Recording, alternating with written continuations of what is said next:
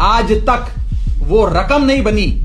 मैं साफ तौर पे कहना चाहता हूं, आज तक वो रकम नहीं बनी और वो शख्स पैदा नहीं हुआ जो राघव चड्ढा को, आम आदमी पार्टी को या अरविंद केजरीवाल को खरीद ले। मैं साफ तौर पे अपने विरोधियों को कहना चाहता हूं। लेकिन अब वो रकम बन चुकी है शायद, तभी तो आप उसी पार्टी में जा रहे हैं।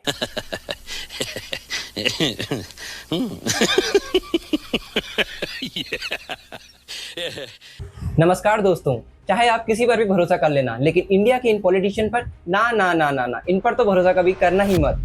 आज ये जिस पार्टी के खिलाफ आवाज उठा रहे हैं, कल उसी पार्टी की गोदी में जाकर कहेंगे कि इससे अच्छी पार्टी कोई है ही नहीं। और ऐसा ही कुछ 24 अप्रैल को हुआ है, जब एक्स आम आदमी पार्टी के नेता राघव चड्ढा समेत 6 और नेता बीजेपी के गए हैं। अब वो अपनी ही पुरानी पार्टी के खिलाफ क्या कह रहे हैं, सुनिए।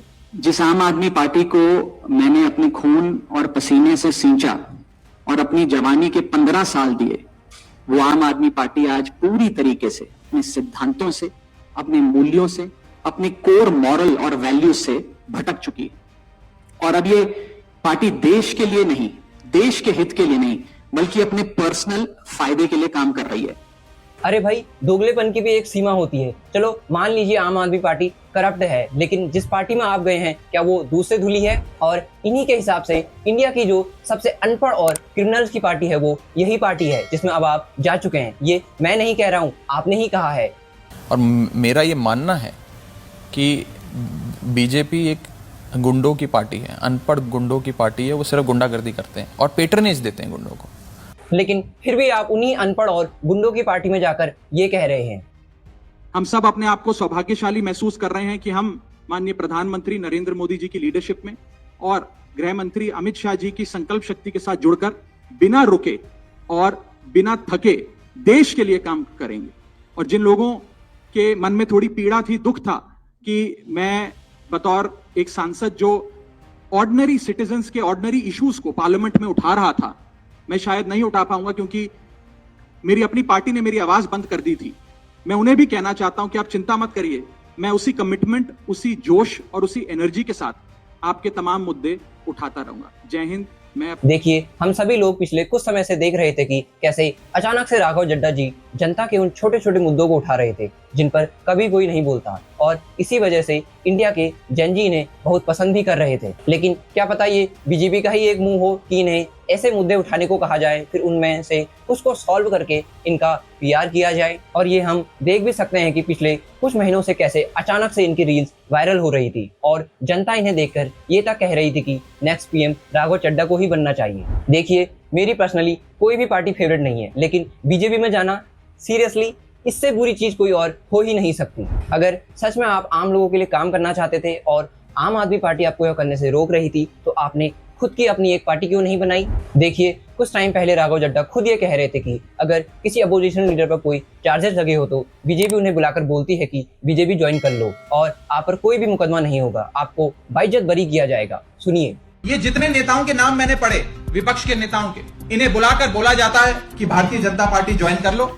अगर भारतीय जनता पार्टी में शामिल हो जाओगे तो आप पर कोई मुकदमा नहीं होगा, आपको बाइज्जत बरी कर दिया जाएगा, और अगर नहीं शामिल होगे तो पकड़ के जेल में डाल देंगे। चलिए ये भी देख लेते हैं कि जो ये 7 नेता बीजेपी में गए हैं, इनमें से किसी पर ईडी वगैरह की रेड तो नहीं पड़ी है। 15 अप्रैल को हुई अशोक मित्तल के जालंधर और गुड़गांव स्थित ठिकानों और लवली प्रोफेशनल यूनिवर्सिटी पर मनी लॉन्ड्रिंग के चलते छापेमारी की गई थी, और अब इसके 9-10 दिन बाद ही ये बीजेपी में चले गए हैं। अरे भाई, कम से कम 1-2 महीने रुक जाते ताकि आप पर कम शक होता। अब आप लोग भी देखते रहिए कि ये ईडी वाली कार्रवाई इन पर कब तक चलती है, क्योंकि 2014 के बाद हमने कई मामले ऐसे देखे हैं जहां पहले किसी नेता पर ईडी वगैरह की कार्रवाई होती है, फिर वो नेता अपनी पार्टी छोड़कर बीजेपी में शामिल हो जाता है, और बीजेपी में शामिल होने के बाद ही इन पर जो केसेस चल रहे होते हैं वो या तो बंद हो जाते हैं या वो केस पेंडिंग ही रहते हैं। खुद राघव चड्ढा जो अब बीजेपी में जा चुके हैं, वो यही बात कह रहे थे। सुनिए।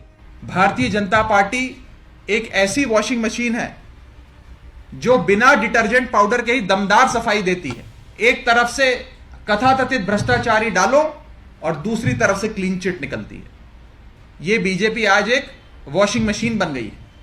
चलिए पता कर ही लेते हैं कि कितने नेताओं के साथ ऐसा हो चुका है। द इंडियन एक्सप्रेस की एक फेमस इन्वेस्टिगेटिव रिपोर्ट के मुताबिक 2014 के बाद से अपोजिशन पार्टी के 25 बड़े नेता बीजेपी में शामिल हुए हैं जिन पर करप्शन के आरोप थे।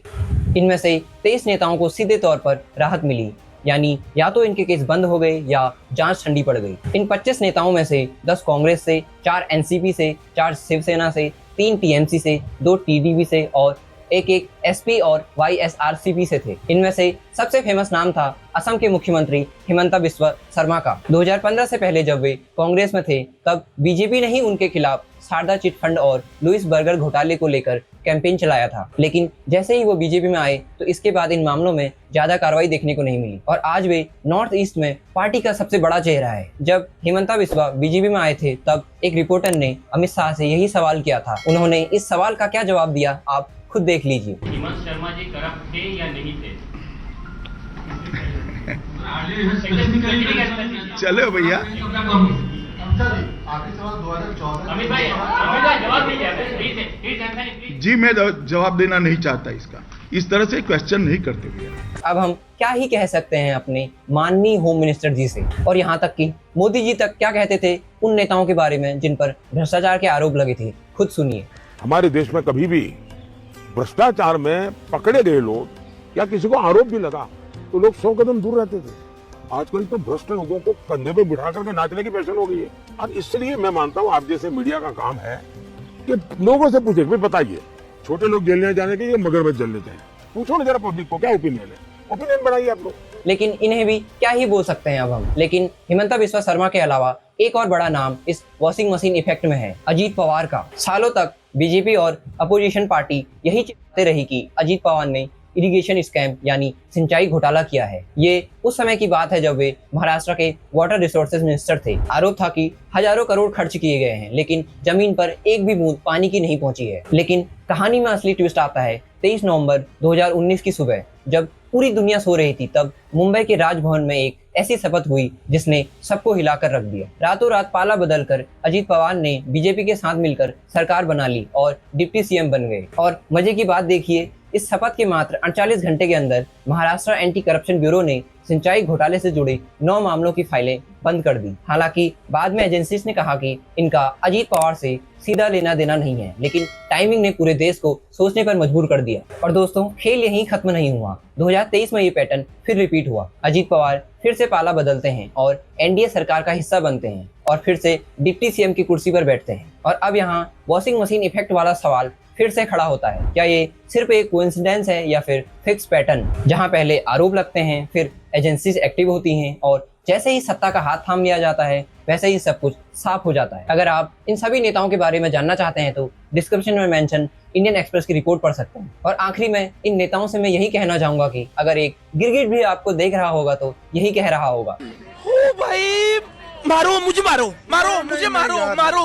नहीं, ये मजाक हो रहा है, एक सेकंड यार, मजाक हो रहा है। और आप लोग भी थोड़ा सावधान हो जाइए ऐसे नेताओं से जो कहते तो हैं आपसे कि हम आपकी आवाज उठाएंगे, लेकिन एक्चुअल में इन्हें आपसे कोई भी मतलब नहीं है। ये तो बस अपनी पॉलिटिक्स खेलते रहते हैं। वीडियो पसंद आई हो तो इसे लाइक करें और ज्यादा से ज्यादा लोगों तक शेयर करें ताकि आम लोग भी जागरूक हो सकें। और ऐसे ही इन्फॉर्मेटिव वीडियोस के लिए चैनल को जरूर सब्सक्राइब करें। वीडियो देखने के लिए आपका बहुत बहुत धन्यवाद।